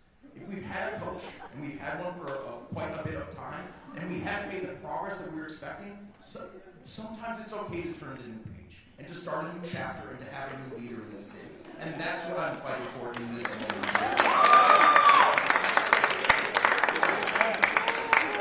Thank you, candidates. Second community question. As mayor, how will, do you have a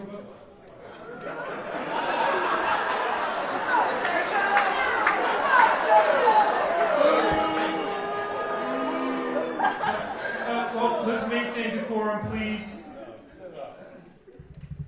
New coach oftentimes means new ideas. But if the ideas are the same ideas as the solutions that are literally already happening, then chances are we got to talk about just common sense and reality. Look, I have been mayor for some of the most difficult times that this city could offer. I've been mayor for the last 5 years and then 2 before that. But over the last 5 years especially, I have learned lessons that have made me a better mayor and a better leader, and I use those lessons every single day. Is it easy? No. Are these circumstances always streamlined? Absolutely not. But here's the thing. I've had the guts to tell people oftentimes what they don't want to hear when it's the truth. You got to stand up for the truth, especially when it's hard. You got to stand up for Donald Trump when he's attacking our neighbors. Sorry. I've done that, and we've delivered. Thank you. Rebuttal. Candidate Hampton. Yep. Good lawyer always uses their counter argument here, so I'm going to go ahead and do that. I agree.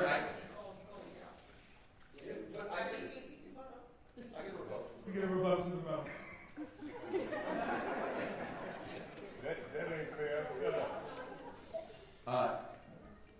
There have been really difficult things that we have faced, and I agree that we have faced some of the hardest years in the last several years. And all I'm presenting in this moment is, even if you are running the same playbook, some coaches can implement it better. And this coach, and this question is about small businesses. I ran one for the last 5 years. I teach entrepreneurial finance at the University of St. Thomas. I know these things, and I can implement them in a way, working with City Council, that I believe can deliver success to the city. And that doesn't mean that someone wasn't trying their hardest or wasn't doing the right things. It just means I believe I can do it well in this moment. And I hope that you'll rank me first for that. Check on the rules. Additional rebuttals? Thank you. Next question. As mayor, how will you move beyond pilot programs and fundamentally embed restorative community-based solutions into the city's budget and infrastructure? What specific percentage of the budget will you commit to non-policing preventative initiatives? We'll start with candidate Fry. What percentage of the budget would we commit to non-policing preventative? That's everything that's not the police department. And so I couldn't give you an exact percentage on the spot. To do so would be completely irresponsible. But here's the thing about pilots. One of the worst things that you can do for a community is to overpromise and then underdeliver. One of the worst things that you can do is set up a pilot that you're going to be able to fund for a couple years and then yank the funding out from them. One of the worst things you can do to a kid, to a student, is to give them a home temporarily, give them recreational opportunities for a year and a half, and then take them all away again. And so here's what we do. Here's what my administration is committed to doing. When we make promises like that funding, we deliver on it and we follow through. And sometimes that means, yes, saying no to things that could be extraordinary. Because you're not sure if you could do it 2 years down the road. Because I'm not thinking about the Minneapolis that is just here while I am mayor. I'm thinking about the Minneapolis that my kids grow up in, and my children's children will grow up in. To do that work for the long haul requires the kind of responsible budgeting and the kind of responsible decision-making that allows you to keep progress going even when it's not easy. Yes, we've got difficult budget circumstances right now. And what I can promise you is that it won't just be a soundbite. I'll tell you the truth. Candidate Short.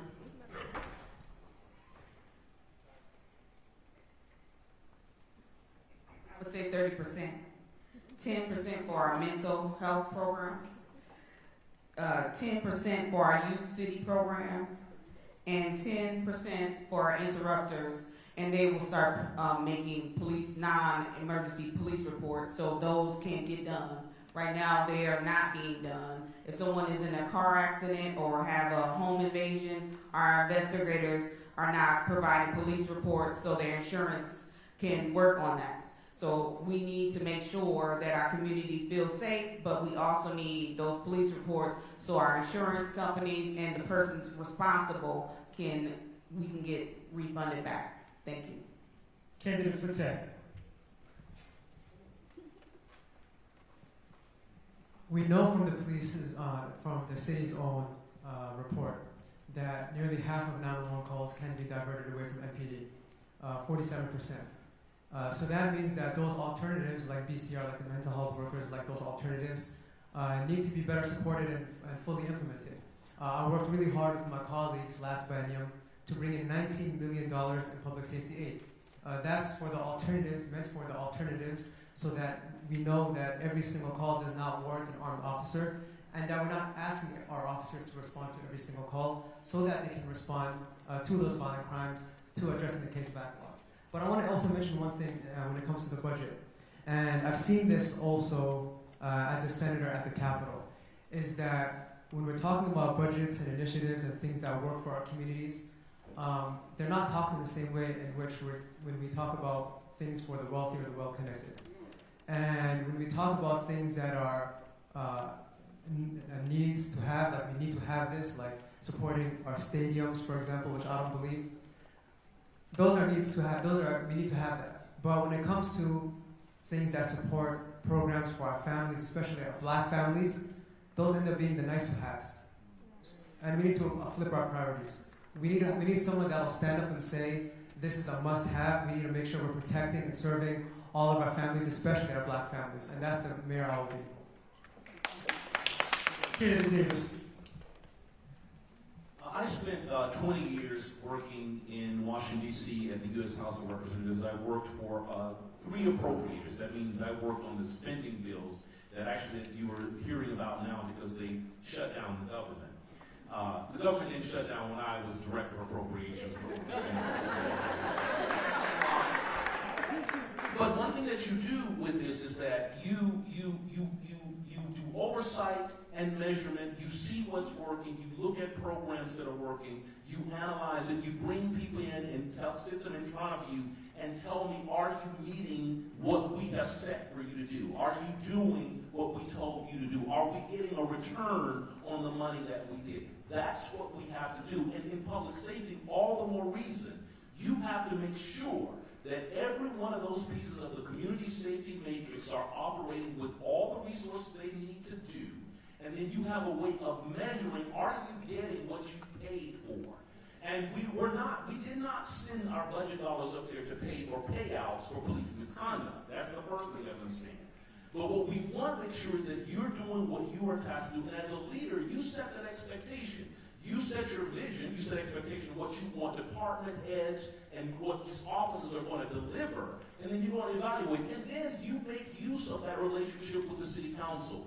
You go to those oversight hearings, you demand them, and you tell them, this is what we got, this is what we need to do, this is what we need change, and this is what needs more money, this is what needs less. Candidate Hampton. The specific percentage, I would also agree, is nearly impossible to sit here and say. But I want to tell you what I believe and how we should allocate resources. The amount of officers that work overtime within this city at a rate of 2 times their normal pay, those are the dollars that we can reallocate to additional resources within public safety when we are able to hire enough people. And notice I said within public safety, not within the police department, because what I hear from police officers is we are asked to do too many things with not enough people. So we have to deliver additional folks within the behavioral crisis response team. That's the mental health responders. We have to build out that homelessness response team so that when we're getting these calls, we have other people going to those calls. When we say we have to take things off of officers' plates, we don't mean to put it in the garbage. We mean to allocate it to someone who actually has a willingness to take that on. So yes, we have to build our capacity within public safety outside of the police officers. That doesn't mean that we still are 130 officers short or whatever the exact number is, but to that point, it will be easier to recruit them once all of this is based on a relationship in trust. If you do not trust the members of the police department fully, then it's going to be hard to recruit more because they don't feel like we even necessarily want them within the city as well, when we do. Building that trust is exactly what we have to start with in the city of Minneapolis. Candidate Short rebuttal.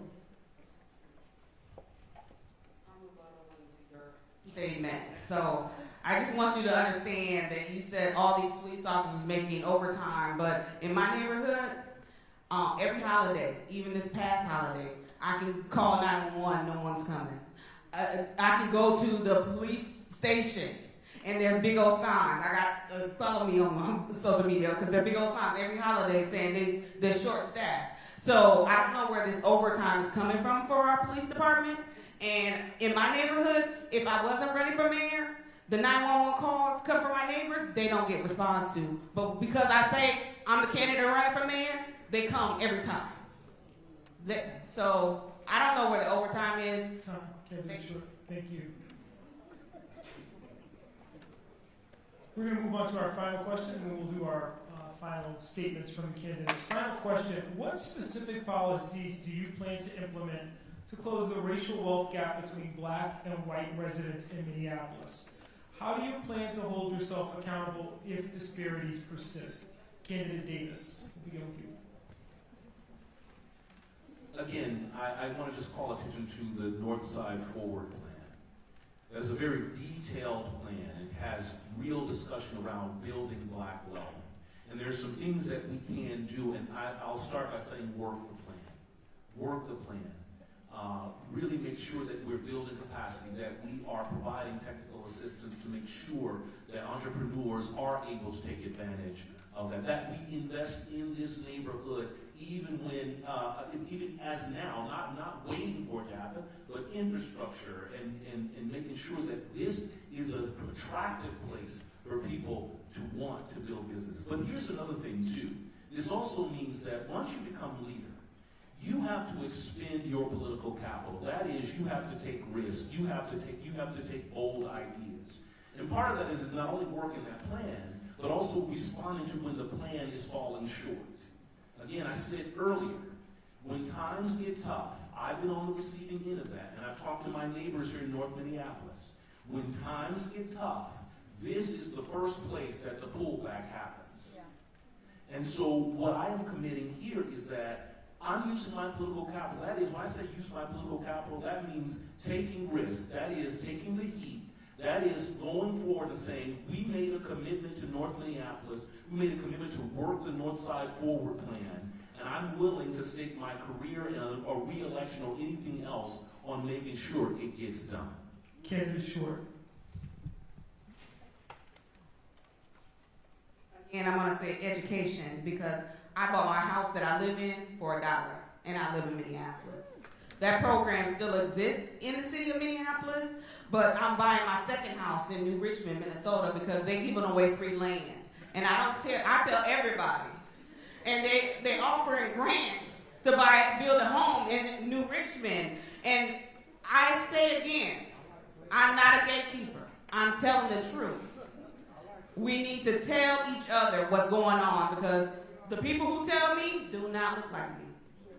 So education to our community needs to be broadened and spread. Thank you. Candidate Fateh. I appreciate the Reverend bringing up when the times get tough, the resources from community is the first to get pulled back because that's one of the many reasons why I first ran for office in 2020. As an organizer, I had suspicions that when times got tough, that leaders in both parties and in both chambers, that things that are being said outwardly are not being said behind closed doors, and that when we get behind closed doors, that it's our communities that get negotiated out first.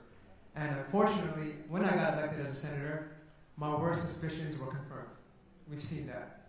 And that's why I worked hard with my colleagues, the Posse Caucus, to bang the table and say, no more, this isn't gonna happen anymore. And that's why I'm proud last biennium that I brought in the second most dollars in capital investment out of any Democratic senator, the second most. I believe the first was the chair herself, right? And so I know what it takes to bring in real dollars to communities, especially communities that have historically been neglected and marginalized. But what does the vision include? It includes real deep investments in our community. It means supporting local businesses and upstarting, helping jumpstart those businesses. It means supporting the public schools. It means making sure our streets are safe. And also, by the way, when we talk about public safety, when our neighbors are saying that they want police accountability, that doesn't mean they're anti-public safety. They just want to make sure that our officers are not killing our black people. And I think that's reasonable. We gotta make sure that our neighborhoods are not being polluted by corporate polluters, like we're seeing in Northside, where there's higher rates of asthma and lung disease and cancer. That's the vision I want to see for Minneapolis. Candidate Hampton. It starts with these early investment dollars into businesses that are looking to start within the city of Minneapolis. If there are grant programs and resource hubs, we need to bolster the way that people can connect with them. I always say my wife couldn't even come to the caucus process because we have 3 kids and we couldn't find a babysitter. We have to meet these small business owners where they are to help them understand what the resources are. And then once we do that, the next step is to ensure that we aren't getting in the way of that business owner. On Hennepin Avenue, if there's construction that has led my barber to close and to move to a different part of the city, we need to be able to address how construction is affecting so many businesses. If businesses are saying, if we're telling businesses it's going to be 6 weeks and it takes 6 months, that is our promise we're making. And guess what? If we fall short on that promise, we need to follow through with funds that said we fell short. Those should be things that are built into the scope and the budget of the work, because if they're going to be delayed and take more time, then we have to make it right with those business owners. It's not okay to turn our back when things get tough on these business owners, and we have to inject the dollars and make sure they're available all the time within our city for this growth. Because small businesses employ the vast majority of new jobs within the city of Minneapolis. It's not just the business owner, it's also the employees that are working there. From a coffee shop that I talked to that said every employee worked within 2 miles of that, to businesses that are downtown, people like to be here to support their small businesses, and we have to ensure that we aren't getting in their way. Candidate Fry. So I think the question was about closing the opportunity gap between black people and white people. We're on the north side right now.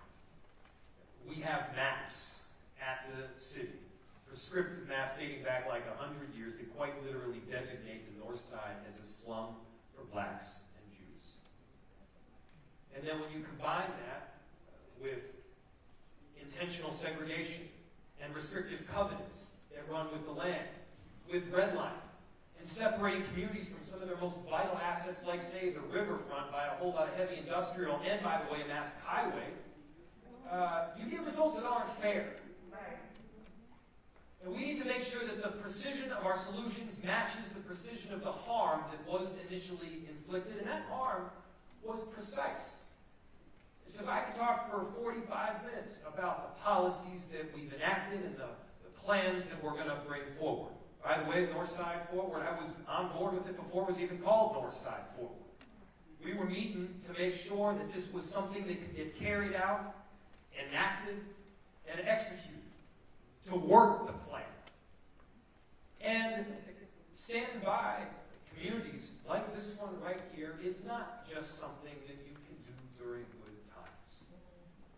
We have been through hard times in this city. We don't back down. We'll double down on investments in the north side, ranging from West Broadway to Upper Harbor Terminal. And we won't quit because I know that it's not just about the CEOs and artists and entrepreneurs of the creative class of tomorrow. We know that they are here right now. Thank you, Candidate Frye. Rebuttal from Candidate Davis. It's not so much rebuttal, I just want to put a finer point on it.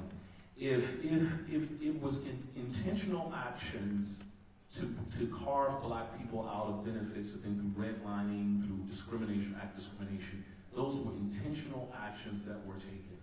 We need to have intentional actions to undo it. And the precision, you said precision.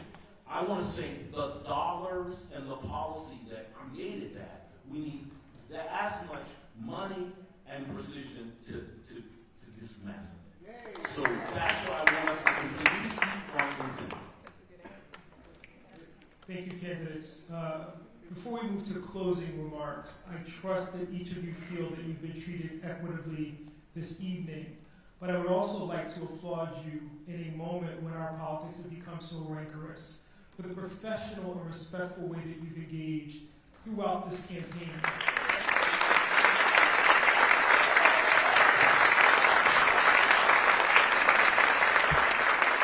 You have been models of decency in a moment when we desperately need decency in politics. So thank each of you. We will take your closing remarks in the reverse order, beginning with Candidate Davis and ending with Candidate Short. Candidate Davis, the floor is yours. Thank you all so much for coming here. Listen, this is a very special city. We are uniquely situated to succeed. We really are. I think we're better situated than most cities across this nation, not only to address our problems, but also to resist what's coming out of Washington.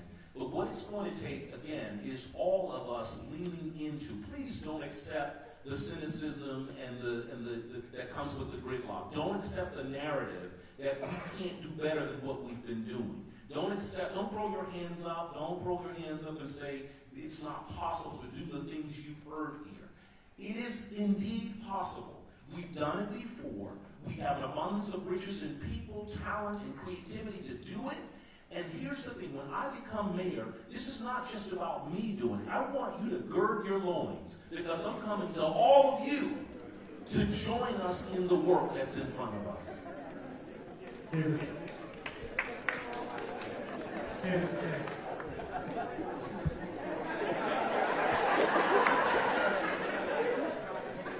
I want to say thank you to our host for this beautiful evening. I want to thank all of you for taking the time tonight to listen to our collective vision. Again, my name is Omar Fateh, State Senator representing Southside Minneapolis. And right now we're in a moment. 5 years after the murder of George Floyd, and now we still need a plan forward in public safety. We have not only a housing crisis, but we have unhoused neighbors right now sleeping outside with no plan in sight. And so we need a new direction in our city that will take a cross-jurisdictional approach. I'm honored to be endorsed by 6 of the 13 city council members as a first-choice candidate. I'm honored to be endorsed by all levels of government, county, state, local, city. And I'm honored to be endorsed by not just progressives, but the Blue Dogs, who shall work with everyone.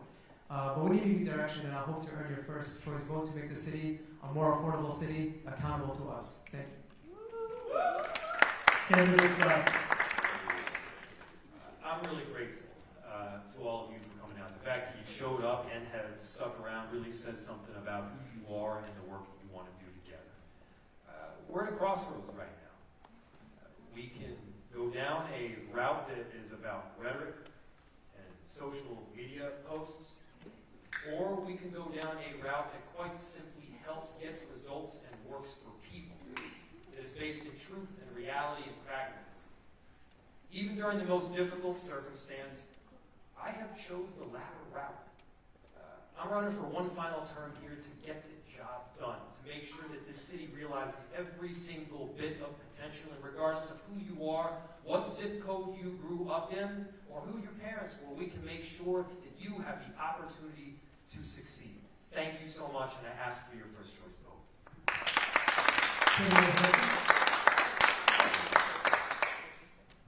My name is Jazz Hampton, and I hope that today or before November 4th, I have earned your first ranked vote.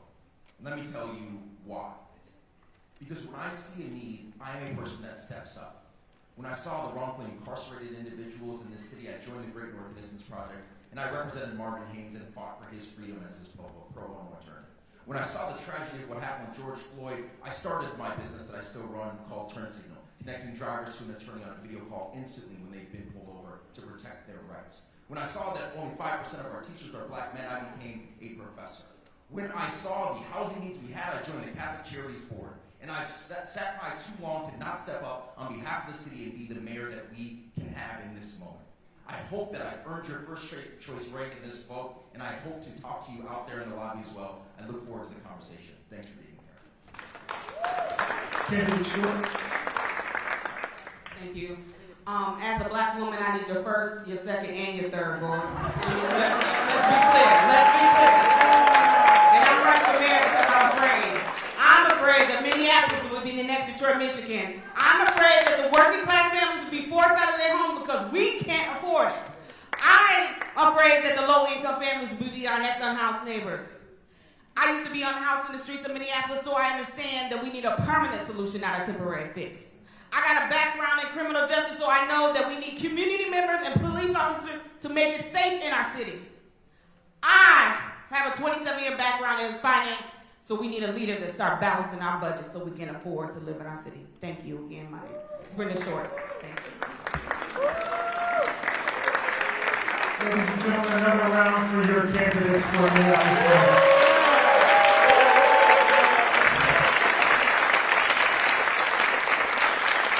So much. We're going to allow our candidates to leave the theater so that they can be stationed in the Paradise Room. Thank you to our candidates. Thank you to our community leaders, our audience, our moderator, Dr. Williams, for facilitating this robust conversation about the city of Minneapolis and the appeal on who wants to leave the city. I want to come up here tonight. Just a couple of things before we leave. Thank you, Amber. Oh, thank you. Couple of things before we leave. Early voting has begun, so if you live in the city of Minneapolis, you can vote between now and Tuesday, November 4th. And as was mentioned, Minneapolis is a ranked choice voting city, which means you have options. And we have representatives from Faribault, Minnesota that have been tabling today to talk to you about how ranked choice voting works and how you can ensure that your ballot represents your interests.